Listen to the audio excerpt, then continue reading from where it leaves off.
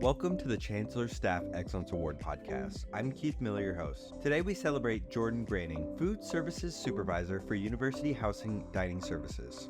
Jordan's keen attention to detail and strong leadership skills have been crucial in managing nearly 300 student staff and serving 2,000 meals daily at Eikenberry Dining Center. Jordan excels in identifying and addressing core issues and goes above and beyond, whether leading themed meals, decorating dining halls, or pitching in wherever is needed. Her dedication and professionalism make a significant impact on both her team and her customers. My name is Jordan Graning, a CSEA award winner, and I am an Illinois professional. Join us as we learn more about Jordan Graning's remarkable contributions. Welcome Jordan to the CSEA Award podcast. Thank you for joining us. I really appreciate you being here. No problem. Thanks for having me. Could you start by telling us about your role as a food service supervisor and how long you've worked here at the university? Absolutely. So a food service supervisor is responsible for both the front of house and aspects of the back of house in the dining halls, as well as the retail venues across campus within university housing. So on a daily basis, I am making sure that everything is being washed properly from silverware and plates, and that our student employees have the tools they need to succeed and help our guests enjoy their experience to the best of my capabilities. I'm also helping manage and oversee our cooking staff, making sure that we have the product that we need on hand, and if anything comes up, communicating with the chef and other culinary aspects of it to make sure that everything is going to be produced like we need it to be. That sounds like a huge task for such a large campus that we have. How big is your team in total?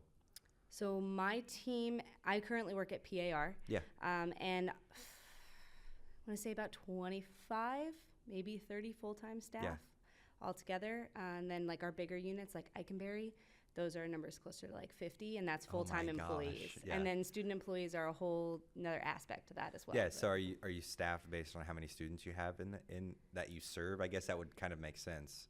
Yes, and the facilities themselves are larger. So the ISR dining hall, it's really big, it's new, it's great, but it requires a lot more student employees to man all of the stations and that sort of thing. But I am the supervisor at PAR that is responsible for all the student employees. Yeah. So once they're onboarded, they get sent to the dining hall. We train them. I work with them on their schedules. I do their payroll. And we have about 145 students at PAR when we're fully staffed at one time. So, a lot of that is, I would say we probably have about the same amount of student employees every meal period as we do full-time employees, if not more. Wow. Yeah. Oh, my gosh. So what inspired you in the beginning? If you think back to when you first got into this, what do you think inspired you to pursue a career in food services, or did you kind of fall into the role? Could you tell us about your journey getting there? Sure.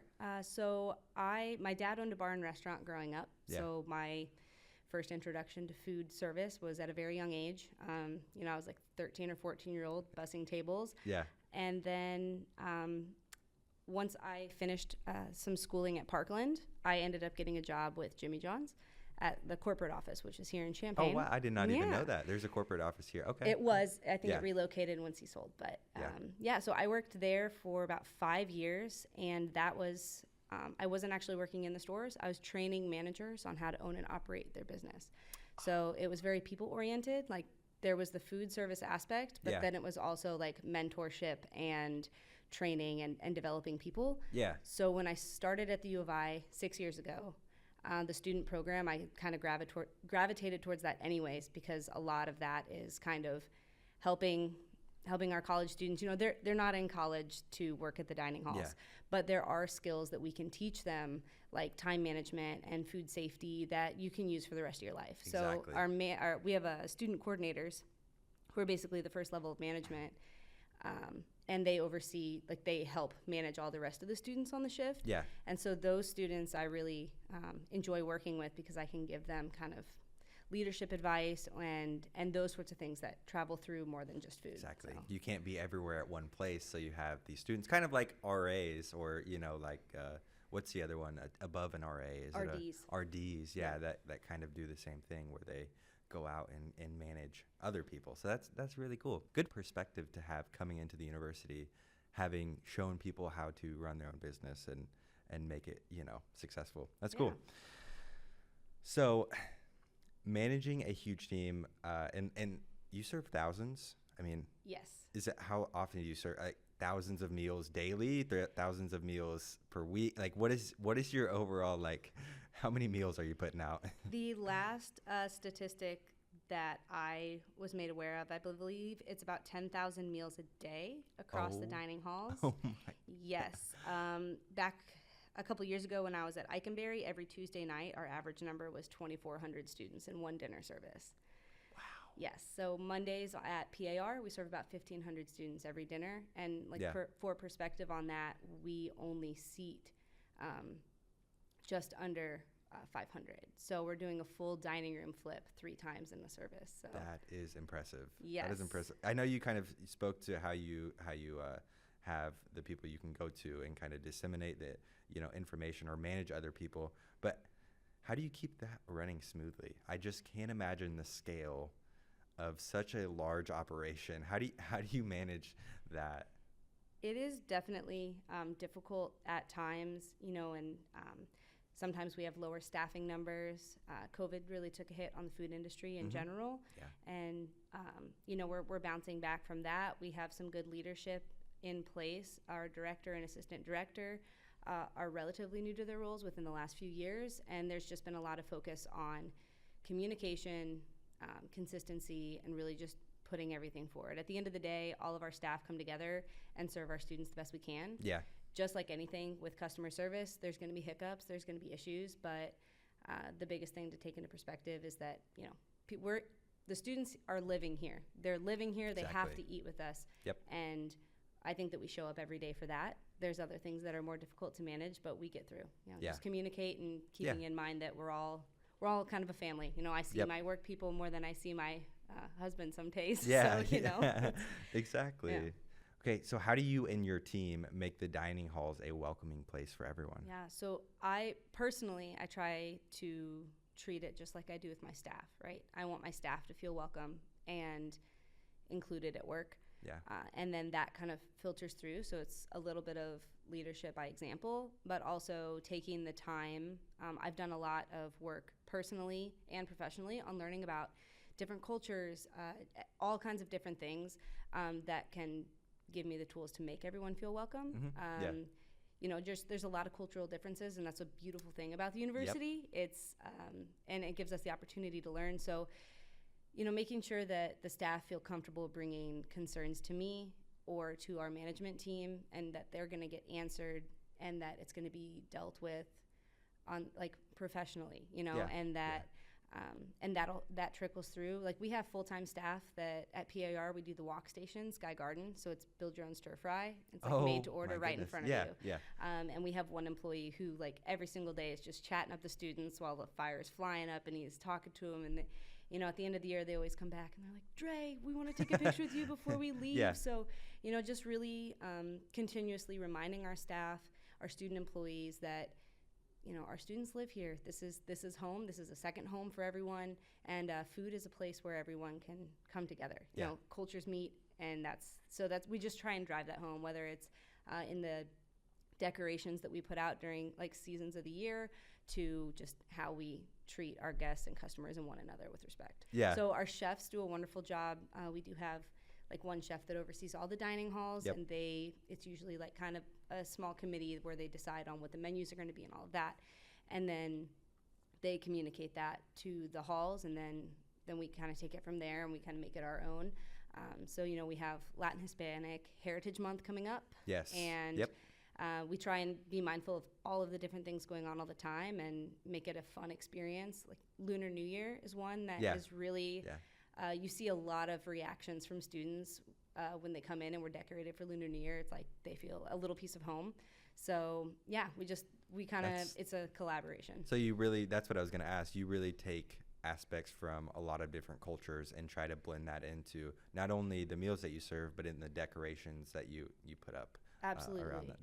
That's so awesome. Yeah. That's such a fun job. I'm so jealous of that. That is cool. Coming in for a theme meal this year. Yeah, I would love to, honestly. So you talked about putting up the decorations. Do you have a favorite project or favorite decor that you've put out throughout the years? That's a good question. So Yeah. I love Halloween. It's just spooky season. I'm one of those girls. But so when I came to PAR, they had a lot of haunted decorations. There's like a little zombie guy. It's like half of a guy. And the first year I was there, I moved him every couple of days, and I would scare BSWs who were cleaning the floors, or like students. I had him in the ice cream cooler one year. Just popping up. Students would go to grab an ice cream and it was in there. So that's something that's fun. But the first year that I went to PAR, the Black History Month decorations were kind of outdated. Yep. And so I got together with some of my student coordinators and student employees, and I was like, look, it's already Black History Month, but I want to do something that's not just these posters.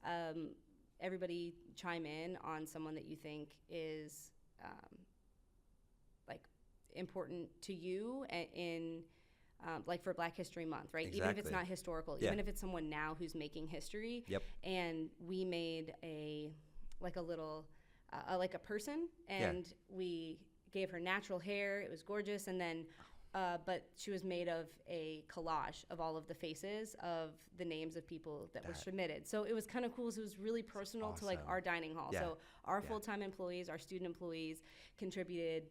This person, has made an impact on me. And so that was really cool. That's so special. That is so special. Oh, that's such a cool project. So thinking about your day-to-day, and I know you said, sometimes you're stepping in, what does your day-to-day look like from start to finish? So, well, you're asking me this in August. So right now I feel like a firefighter. We're putting out fires. Students that just came back on campus to give all the audience some preface on what's happening. They literally yesterday was moving. This is move-in week, so it's busy. Yeah. Yes, it is. But honestly, like on a day-to-day basis, there's a lot of routine. 30 minutes prior to any of our service times is when the food needs to be out, so that we can make sure that the quality is there, that everything is functioning properly, that the presentation is there. Every single day I check in, I check our absence emails and handle any absences, whether that's full-time employees or student employees, and then shifting our game plan if we need to modify what we have planned for the day because of that lack of a person, or if someone else can help do some of that work. Those are the main things that are handled every single day. And then you have random, I'll be on hiring committees, so I might have to go to an interview, decorating, those sorts of things. But basically a day-to-day is showing up, helping people solve problems, and then there are certain time frames in my day that are dedicated to my tasks. Yeah, awesome. Yeah. Really cool. So I know we've talked about a bunch, but what do you think sets your role apart? What do you think are some unique aspects of your job that set yours apart from others, that make your job unique? Oh, giving me the hard questions. I know, today. One thing I really appreciate about my job is that although I am a member of management, and so I get to see a little bit into that world, into more of the bigger decision makers, and I collaborate with them and I speak with them.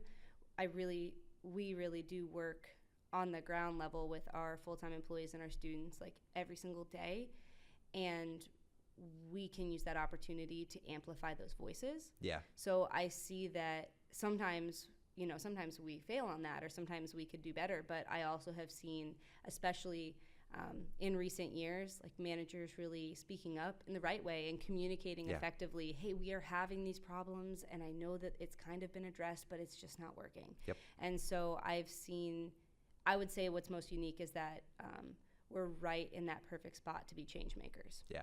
Yeah. Yep. Catalysts. Yes. Yeah, that's absolutely awesome. Do you have a day that you felt most proud to be an Illinois professional?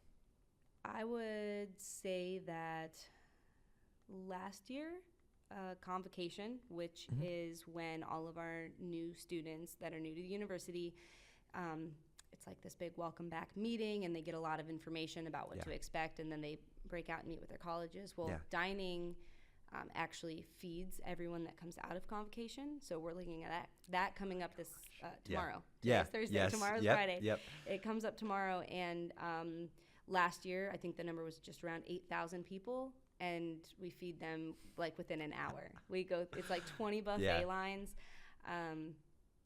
And I have a lot of proud moments, but it definitely, it's one of those days that like I was worn out by the end of it, but we succeeded. You know, we even overcame some obstacles that popped up that day, and we had to scramble. And dining is really good at just making sure the product and what we put out is there, no matter how hard it is for us to get to that point.